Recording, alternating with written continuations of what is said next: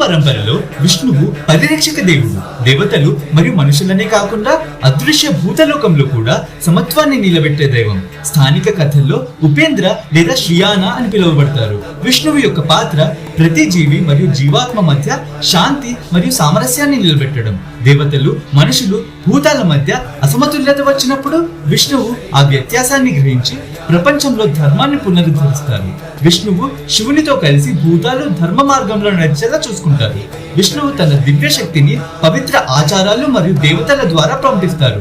భూతాలలో అశాంతి కలగకుండా రక్షణ చేసేందుకు మార్గదర్శకుడిగా ఉంటారు. విష్ణువు యొక్క పరిరక్షణ శక్తి మహాసముద్రం లాంటిది. శాంతంగా ఉంటుంది కానీ ఎంతో శక్తివంతమైనది. ఆ శక్తితో బ్రహ్మాండంలో ప్రతి లోకంలో సంతులనం నిలబడుతుంది. విష్ణువు దృష్టి ఉండడం వల్ల భూత మరియు దివ్య లోకాలు శాంతి మరియు సమన్వయంతో ఉంటాయి.